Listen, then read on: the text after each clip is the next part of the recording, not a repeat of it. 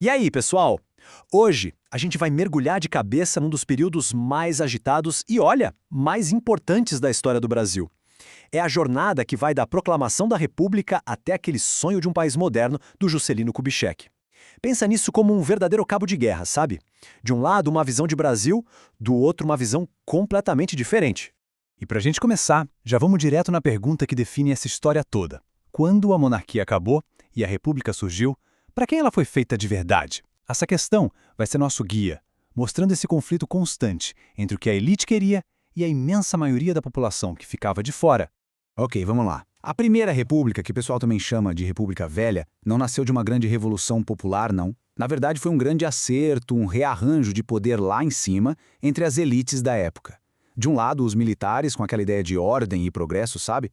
E do outro, os poderosos fazendeiros de café. E o povo? Bom, o povo, como disse um cronista da época, assistiu a tudo bestializado. E essa frase aqui, ela é pesada, mas resume perfeitamente o clima da época. Qualquer movimento de trabalhadores, qualquer greve, qualquer reivindicação popular não era vista como um direito a ser negociado. Era um problema de segurança. Era, literalmente, caso de polícia. Isso já diz tudo sobre quem mandava e quem obedecia, né? E como é que essa elite conseguia se manter no poder por tanto tempo? Atenção aqui, porque esse conceito despenca em prova. O coronelismo. Lá no interior do Brasil, a figura do coronel era quem mandava em tudo. Ele usava de favores, mas também de muita intimidação para garantir que todo mundo votasse nos candidatos dele. Era o famoso voto de cabresto. Quer dizer, a democracia ali era só de fachada. Só que esse sistema começou a trincar. Os anos 20 foram uma década em que tudo parecia estar fervendo. Jovens militares se revoltando no que a gente conhece como tenentismo. A Semana de Arte Moderna de 22 sacudindo a cultura. Os operários nas cidades se organizando cada vez mais. E para completar, a crise de 1929 quebrou a economia do café. Era a tempestade perfeita. A República Velha estava com os dias contados. E das cinzas dessa velha república, quem é que surge? Getúlio Vargas. Ele é, sem dúvida, o arquiteto do Estado brasileiro como a gente conhece hoje. Mas é uma figura cheia de contradições, que vai centralizar o poder de um jeito impressionante, misturando avanços sociais com um autoritarismo de mão de ferro. Vamos começar pelo lado, digamos, positivo. Foi Vargas que criou o Ministério do Trabalho e a CLT, a Consolidação das Leis do Trabalho. Ele trouxe direitos que hoje parecem óbvios, mas que na época foram uma revolução para os trabalhadores das cidades. Férias, salário mínimo, jornada de 8 horas, aquela imagem de pai dos pobres que ele cultivou não veio do nada. Mas aqui é que está o pulo do gato. A lógica por trás desses direitos era o que se chama de cidadania regulada. A frase "quem tem ofício tem benefício" explica tudo. Os direitos não eram universais, não eram para todo mundo. Era um benefício para quem tinha carteira assinada e fazia parte de um sindicato controlado pelo governo. Era uma forma de incluir, sim, mas também de controlar. E é aqui que a história dá uma virada brusca e sombria. Em 1937, Vargas usou uma desculpa, um plano falso de uma revolta comunista chamado Plano Cohen, basicamente uma das primeiras grandes fake news da nossa história, para dar um golpe, fechar o Congresso e instalar uma ditadura escancarada, o Estado Novo. E o Estado Novo tinha suas ferramentas de poder. O DIP, por exemplo, era uma máquina de propaganda que controlava jornais, rádio, cinema, tudo. E a repressão era violentíssima.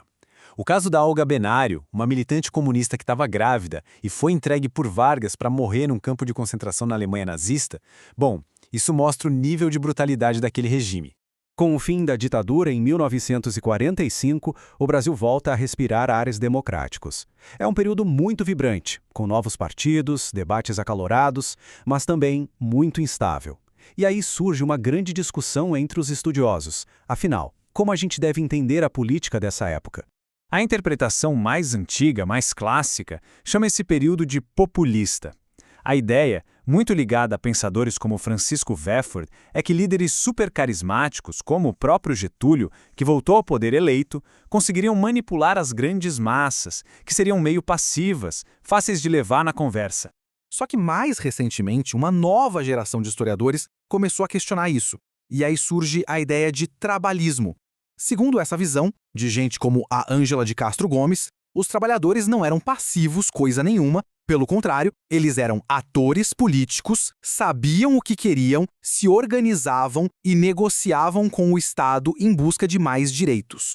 Então, para ficar bem claro, O debate entre populismo e trabalhismo é, no fundo, sobre o papel do povo. Eram eles uma massa de manobra facilmente manipulada?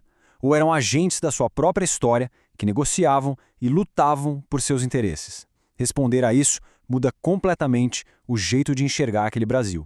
E chegamos ao auge desse sonho de um Brasil moderno, industrial que olha para o futuro. Chegamos ao governo de Juscelino Kubitschek, o JK. Foi uma era de um otimismo contagiante, de promessas gigantescas e de transformações que mudaram a cara do país. O lema do JK já dizia tudo: 50 anos em 5. A ambição era essa, literalmente. Acelerar o desenvolvimento do Brasil num ritmo alucinante para tirar décadas de atraso em apenas um mandato de 5 anos. Era pisar fundo no acelerador. E a ferramenta para isso foi o Plano de Metas, que focava em áreas-chave, energia, transporte e indústria. Mas a grande obra, a meta-síntese, o símbolo máximo de tudo isso foi, claro, a construção de Brasília. Levar a capital para o meio do nada, no coração do país, era a imagem perfeita desse novo Brasil que se queria criar. Só que todo sonho tem um preço, né? E essa industrialização a jato foi bancada em grande parte com capital estrangeiro. O resultado? O sonho da modernidade veio junto com uma conta bem salgada. A dívida externa explodiu, a inflação disparou e a nossa economia ficou ainda mais dependente do cenário internacional. O progresso teve um custo alto. Ufa! Passamos por muita coisa. Agora, vamos fazer aquele resumo rápido, focado nos pontos essenciais que você precisa ter na ponta da língua, especialmente se estiver estudando para alguma prova. Primeiro de tudo, a Primeira República não foi popular. Foi um projeto da elite, que via as demandas do povo como caso de polícia. A palavra-chave aqui é exclusão. Segundo ponto fundamental, a Era Vargas. É a grande contradição em pessoa. De um lado, direitos trabalhistas e um Estado que ampara o trabalhador. Do outro lado, uma ditadura violenta e repressora. As duas coisas aconteceram ao mesmo tempo. Terceiro, não se esqueça desse debate: populismo versus trabalhismo. No fundo, a pergunta é: os trabalhadores eram uma massa de manobra na mão dos políticos ou eram sujeitos ativos que negociavam e lutavam por seus interesses? Entender essa diferença é crucial. E quarto e último ponto, JK. A palavra que define o governo dele é desenvolvimentismo. O plano 50 anos em 5 foi alcançado com uma abertura gigantesca ao capital estrangeiro. Isso gerou modernização, mas também dívida e inflação. E para a gente fechar, fica aqui uma provocação para pensar. Olhando para essa longa jornada, daquela república excludente até o sonho de Brasília, qual visão de país parece que venceu? A que buscava a inclusão social de todos ou a que buscava a modernização a todo e qualquer custo? A resposta talvez ajude a gente a entender muito do Brasil de hoje.